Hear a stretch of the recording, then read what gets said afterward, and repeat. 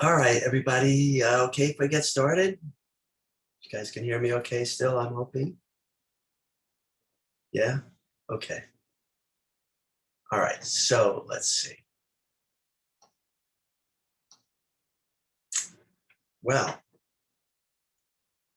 today, this week, I was inspired by um, Pema Chodron yet again, who's a wonderful, wonderful teacher. And was inspired by an article that talked about some teachings she did about qualities for waking up.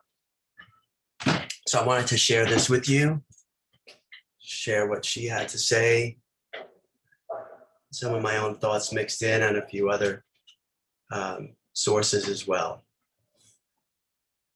So waking up, it's being alive and being present, right? The other day, I had another outdoor experience. I went to an outdoor dance performance at Lincoln Center at the band shell. My wife is a former modern dancer and studied that, and for years we go to these performances, and I really do enjoy them. And sometimes I'm looking for a storyline in the dance. If you've ever gone to dance, some dances have storylines and some dances don't. And and this one particularly didn't. It was actually designed to be one of those type of dances without a storyline.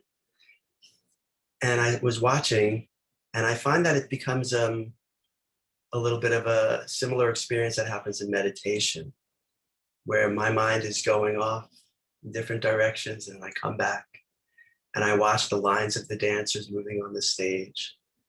And then I might be wandering and thinking about something to do with work or something else. Um, that particular first dance, I was able to stay quite focused. It was nice. And because it was richer. It was a richer experience. Sometimes I just watched the arms moving in unison or whatever they were doing. And at other times when my mind wasn't following what I was there to do, it wasn't such a rich experience. So I thought of that and I was thinking, okay, well, what is this waking up business? And what does being a good practitioner mean um, in our day-to-day lives? So here's where the bit that I was reading kind of comes in, and this is why it struck me. So I'll start with the first part about what is a genuine practitioner. When we walk the walk of being a genuine practitioner, it means you're very genuine and down to earth. And therein, you can take in the teachings as good medicine for the things that are confusing and for the suffering that life brings. So we're not using practice to cover our inabilities or to hide from truths. We're not putting on a fake demeanor. There's no mask. There's no spiritual glow. Everything is glorious or everything is terrible. We're not hiding from life's chaos and grief and loneliness and illness. These are things we all struggle with. But at the same time, we're not hiding from life's joys and happiness. When we squash either of those, the negative or the positive emotions and experiences, we cut ourselves off from the full range of our human emotions. And while we may think we're helping ourselves by not feeling those negative feelings and shutting them down, it also has an effect on feeling the joy. And it has a broader impact. So with that in mind, there are four things that come from this article, four ways to, four qualities, four ways to wake up. So the first one is stabilize your mind. And if any of you were at CMC a few weeks ago, the teacher there talked about, use the phrase relax heals and pause reveals. I really like that. In the Dharma, in science, and in my personal intuition tells me that every short mind moment that we have, we're only capable of doing one thing at a time. Even if it's, a 17th of a second, it's just one thing at a time. So when we're having a positive feeling, we can't have a negative feeling at the exact same time. It's just, that seems to be the way it works. So when we're agitated and filled with negative thoughts, we're not going to have positive thoughts, and we often are constricted. So that's why it's so very important to take care of ourselves with kindness. And we need to stabilize our minds. We can do that with kindness. We need to stabilize our bodies, again, with kindness. You can find positions that are comfortable when you're meditating, or when you're working, or when you're eating, or when you're anything. I used to do a lot of video editing in an edit room where the monitor was high. And I'd look up, and boy, my neck hurt. I didn't do anything about it. I could have changed the circumstances. I didn't think to back then. Could have been kinder to myself. I would have been more stabilized. And we're going to use that word, stabilized. So what is this stabilizing of the mind? It's really training or taming the mind to stay present. And when we stay present, we can make wiser choices. It's really what we do in meditation, in samatha meditation, calm abiding meditation. It's concentration. And concentration is a basis for showing up in life. So when you're listening, focus on the sounds and the words and practice staying tuned in. That could be listening to yourself or listening to others. When you're working or practicing something, stay engaged as much as you can. Be aware of the things outside as well. It's not just all inside.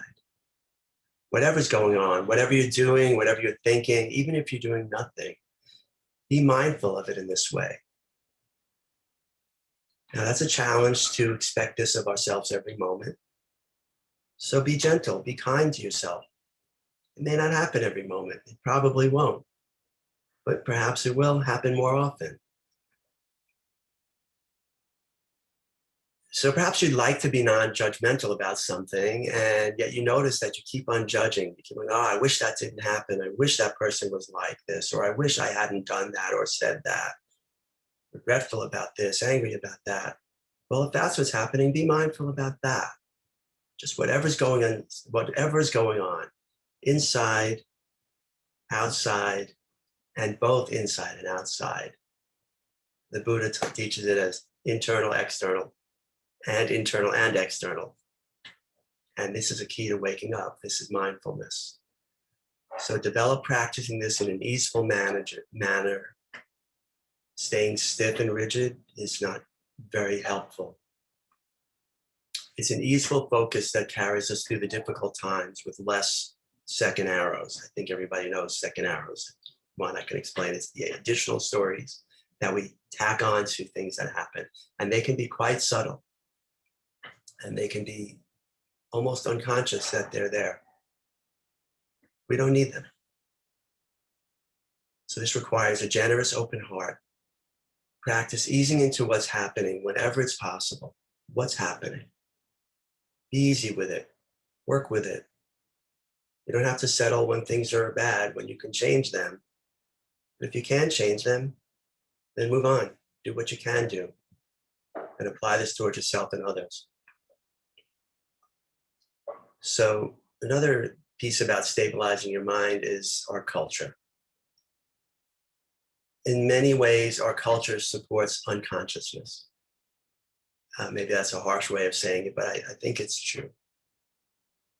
And it plays into our human nature. We typically want to be distracted from uncomfortable, unpleasant, painful feelings. Boredom, restlessness, bitterness. And we have so many ways to distract ourselves from it, texting, our phones, television, whatever we want to do. There's so many things out there for us. And it's more challenging than ever to be awake and fully present with all of these pulls. How often today did you already check your phone? If you're compelled to check your phone a lot, is that irresistible? Do you need to check it as much? Those messages are going to be there. Maybe you do need to, okay? But this is what our society has brought us. And stabilizing the mind is the basis for showing up in our lives. And if we're constantly pulled by our desires, it's very difficult to stabilize. So the good news is that this practice of stabilizing our mind isn't something new. It's not something to train ourselves in as if we've never done it before. It's something we already know. What we have learned is how to distract ourselves. And we've learned quite well on how to distract ourselves and how to avoid the difficult feelings that we don't want to feel. But we can always draw upon being present moment by moment. And we can strengthen this quality with meditation. Maybe that's part of a motivation to keep practicing. Allow your body to be natural and not slumped over. Allow enthusiasm to rise. And we can enjoy meditation. It's not a project. We don't need to make it a project. We can just be giving ourselves some time to be natural with little tension as possible, breathing in and breathing out, and pausing and noticing between the breaths. So here's a quote: when you start getting lost in the activity of the mind or see yourself racing against experience in some way, be joyful because you've just noticed. Second quality on awakening, daily awakening. Make friends with yourself. It sounds easy, but sometimes it's not. Now, if you've been meditating for a while, you might actually find that this has become a little more difficult sometimes. Because meditation can ramp up a self-denigration. And this can happen because in the process of meditating, we become more aware of the traits in ourselves, the good ones and the bad ones. And things like cruelty or cynicism or selfishness or things we've done in the past that we've kind of pushed down and said, oh, really? I did that. I don't like looking at those things. And they are the very things we seek to avoid.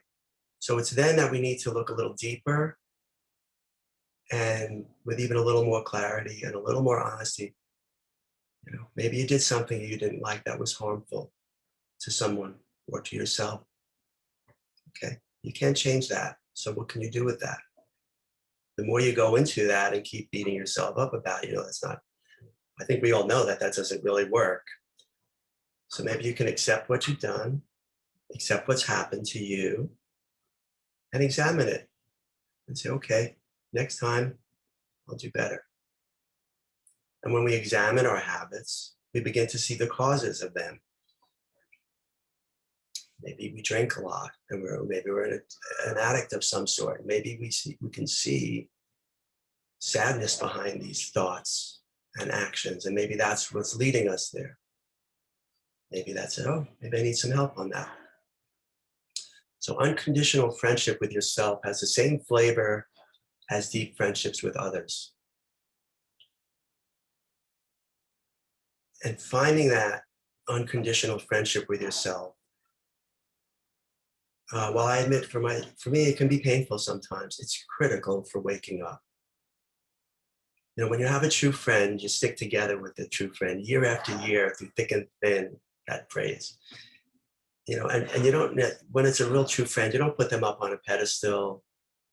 You know, you've seen them at their best and you've seen them at their worst and you've seen them at everywhere in between, and yet you're still friends. You remain friends.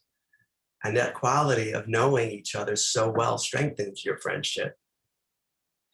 That's beautiful. Because who's perfect? We know somebody so well and accept them so much. What's in all to that expression? You know, your friendship is based on knowing each other fully and still loving one another.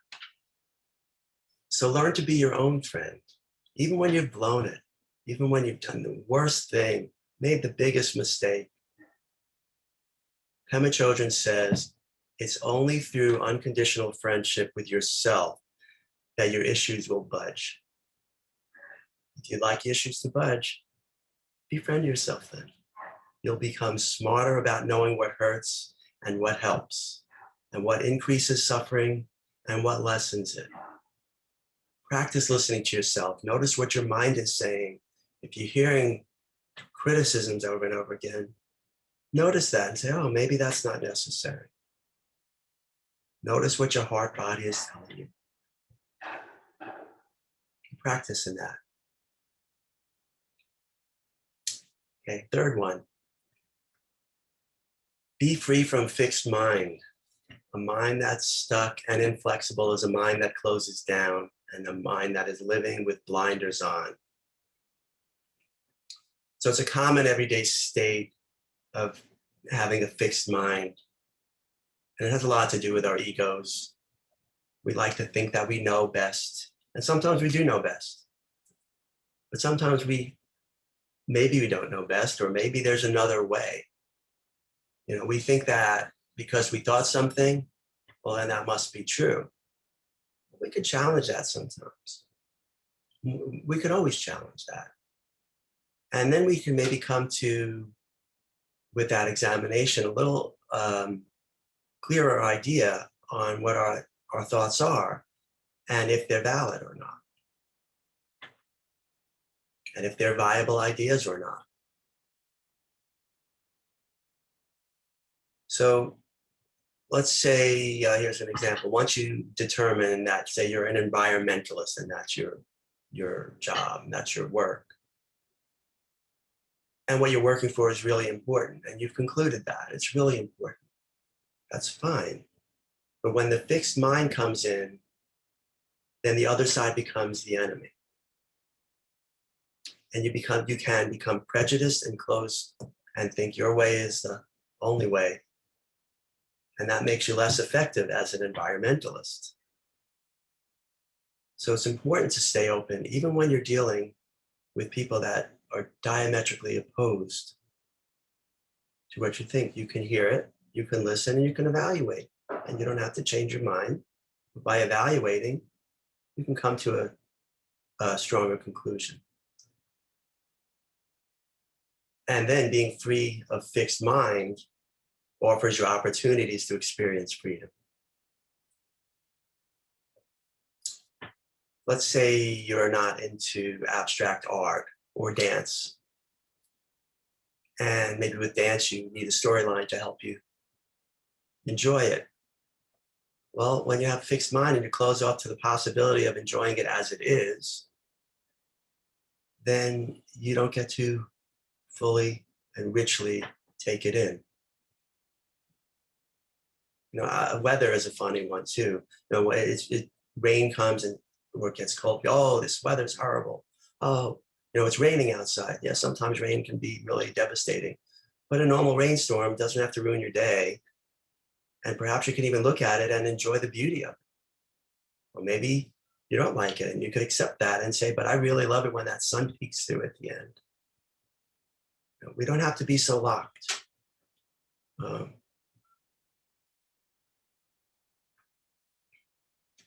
Now, being free of fixed mind sometimes happens very quickly.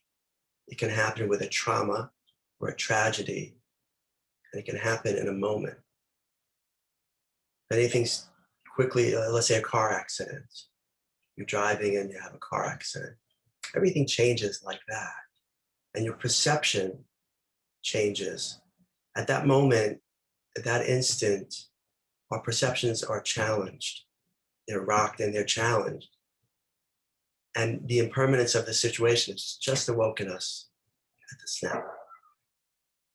And it can be something traumatic or bad, or it could also just be an unexpected loud sound.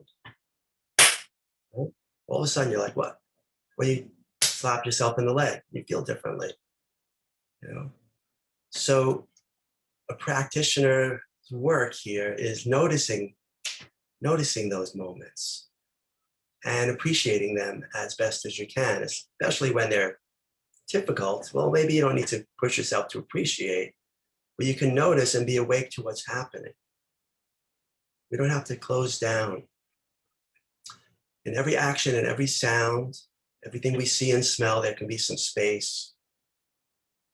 And in that space is the awe and wonder of being alive. Okay, number 4, take care of others. Taking care of others is big. So often we find that we might be in pain over something, or somebody else is.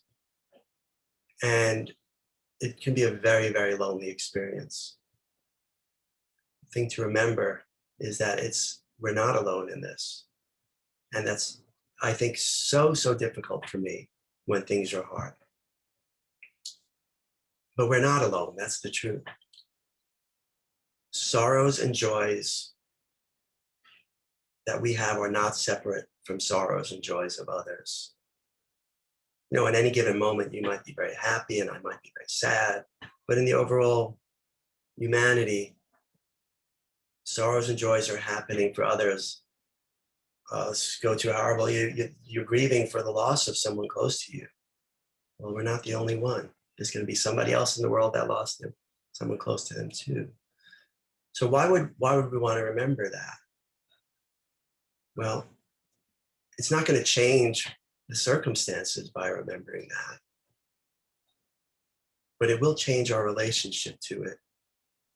And I personally see that at those moments, that's when compassion arises. And when compassion arises where there was none, the whole relationship with those feelings changes. So when you feel bad, this is Pema Chodron, when you feel bad, let it be a link to others' suffering. When you feel good, let it be your link with others' joy.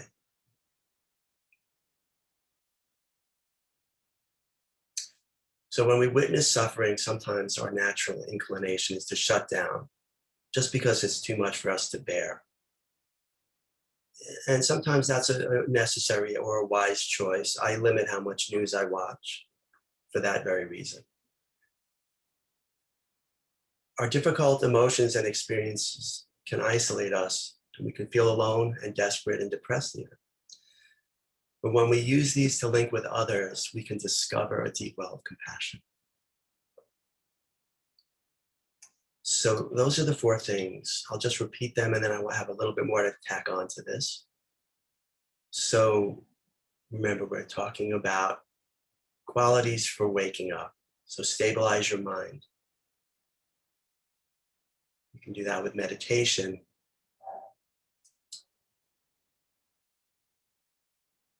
You can be present, mindfulness. Make friends with yourself. Be gentle with yourself. Be your best friend. Be free of fixed mind. Always, you can look at anything in the world and say, is there another way to look at this? And there always is going to be another way to look at it, even if you don't know what that other way is. Be free of fixed mind. That doesn't mean don't be true to yourself. It means be open to see, is there another way? And then you can look, and perhaps you'll stay with the way you originally started with, or not. But now you've opened up opportunities, and freedom can come in there with that. And the 4th one is take care of others. How important that is.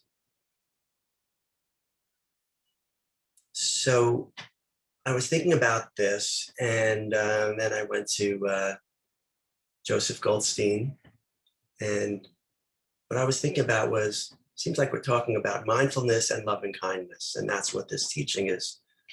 A lot of it's wrapped up in. And I found that in the book Mindfulness by Joseph Goldstein, where he he explores the Satipatthana Sutta, the teaching on mindfulness from the Buddha. He gets into a section on the mindfulness of Dhammas, the mindfulness of the teachings.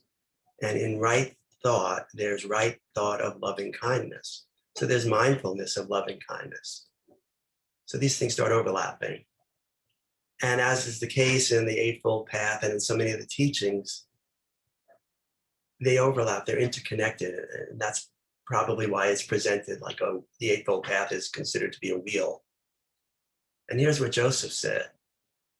As our minds become, he's actually quoting someone else, but as our minds become more open and less defensive, we begin to experience metta, loving kindness, as a basic quality of mindfulness. When you are fully loving, aren't you more mindful? And when you are fully mindful, aren't you more loving? This really strikes me. So I don't think these teachings are two separate pieces. I think they're really intertwined. The willingness to train our hearts, whether in metta or anything else, requires great patience, which the Buddha called the highest devotion. The recollection of the attitude of metta in all aspects of our life gradually transforms how we are in the world with ourselves and with others. Yeah, and of course there are times we get angry or annoyed, but the truly open heart does not hold on to grudges or these hurts.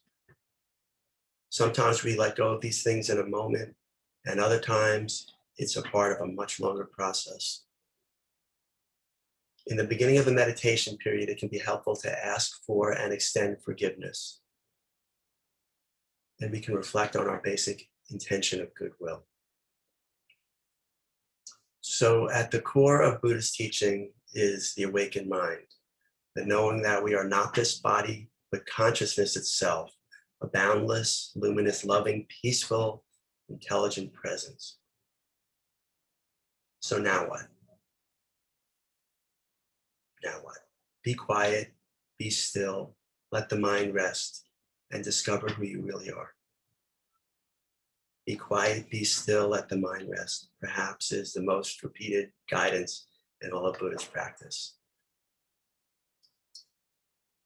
If you found this interesting or useful, please walk the walk. Take this with you. Just reading or hearing only goes so far. Practice. Practice the gentleness and the kindness and the mindfulness and the allowing free your mind from being fixed. And I think it's a really wonderful teaching, and I hope